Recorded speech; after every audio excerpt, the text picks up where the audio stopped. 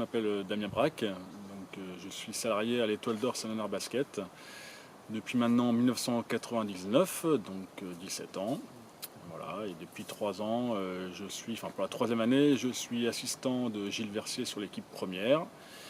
Et je travaille aussi à côté au niveau du club, sur tout ce qui est la gestion administrative et sportive du club. Voilà, les plannings, l'encadrement, etc., la formation des entraîneurs, des jeunes. Voilà. Est-ce que tu peux nous faire un petit bilan de la saison dernière, Damien? Donc la saison dernière, on termine au championnat à 3e place, un peu loin des places de play-off. Et on termine aussi, on a été éliminé en demi-finale de la Coupe de France, du trophée Coupe de France. Voilà, c'était une saison un peu frustrante parce qu'on était bien parti au début du championnat avec 6 victoires de suite. Voilà, et après, il y a eu des soucis de blessures, de méformes, etc. Voilà, on n'a pas réussi à réaliser totalement nos objectifs. Ça n'a pas été une mauvaise saison, mais un peu frustrante au final. Et au niveau des équipes de jeunes? Le club de Saint-Léonard se porte toujours quand même plutôt bien au niveau des équipes de jeunes, puisqu'on a 450 licenciés. Voilà, on a un secteur féminin qui représente à peu près le tiers des licenciés, avec une équipe première qui joue au niveau régional 2 féminines, voilà, des cadettes régions, des mini-régions, des 15 U17 régions donc. Et puis le secteur masculin, voilà, avec beaucoup de jeunes. On est représenté à tous les niveaux, au niveau régional également. Et puis pour cette nouvelle saison, on commence à travailler sur un projet avec l'ABC, au sein d'une coopération territoriale qui va regrouper l'année prochaine 8 équipes, à savoir une équipe senior régionale qui évoluera en régional 3. Voilà, 3 équipes au niveau U18, U17, donc U18 France et 2 équipes en U17 région. Et 3 équipes également en U15, donc une U15 en championnat de France et 2 équipes en U15 région et une équipe en U13 qui évoluera au niveau régional. Et sinon, Damien, comment tu vois la fusion avec Angers BC au niveau de la formation?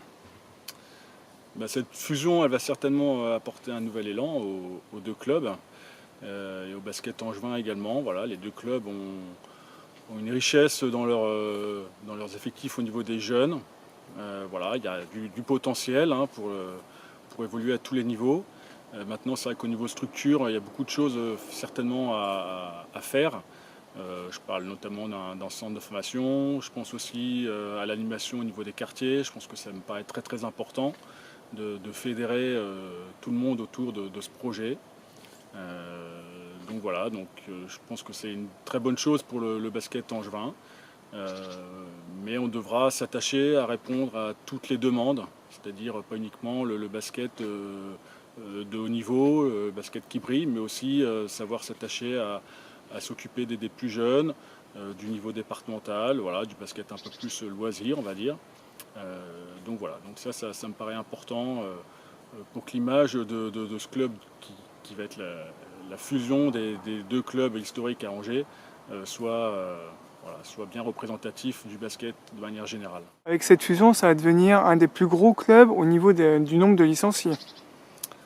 Potentiellement oui, mais il faudra justement pouvoir répondre à toutes les sollicitations des adhérents des 2 clubs qui vont avoir beaucoup d'attentes par rapport à cette fusion-là.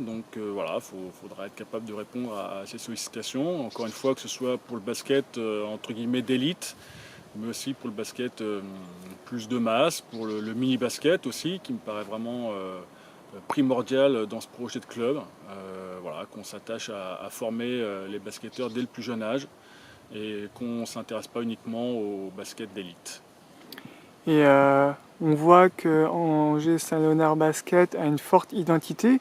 Est-ce que tu penses que cette fusion-là va changer des choses ou pas? J'espère que non, voilà, j'espère que non, bien sûr. J'espère que tout le monde y trouvera son compte et tout le monde saura justement s'impliquer dans ce nouveau club, même les anciens, entre guillemets, les anciens de Saint-Léonard qui sont très attachés à cette identité.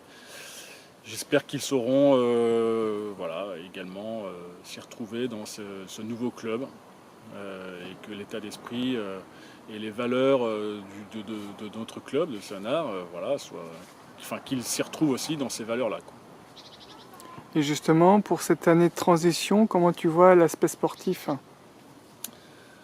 Bah, l'aspect sportif pour l'équipe première, bah, ça va être de pouvoir réaliser le meilleur championnat possible en National 2. Voilà, on a fait le recrutement dans cet objectif-là. Maintenant, on se retrouve dans une poule qui est très très relevée. Donc voilà, la saison va être compliquée, je pense, hein. On va avoir vraiment beaucoup d'opposition. Voilà, et puis ça va permettre malgré tout de préparer cette fusion au niveau de l'équipe senior élite, on va dire, hein, des équipes seniors élite. Et avec cette année de transition là, comment ça va se passer au niveau de la formation en termes de résultats sportifs? Bon, au niveau des jeunes, voilà, ils sont pas trop.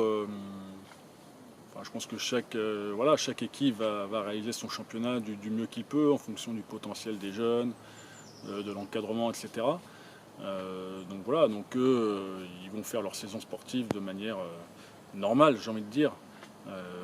Voilà, après, il s'agira aussi d'avoir cette osmose entre les joueurs qui sont issus un peu de l'ABC, les joueurs qui sont issus de Saint-Léonard, voire éventuellement les joueurs qui arrivent dans les équipes extérieures, et de créer cette osmose-là, donc, et que chaque joueur se sente investi au sein de cette coopération et cette future fusion, quoi.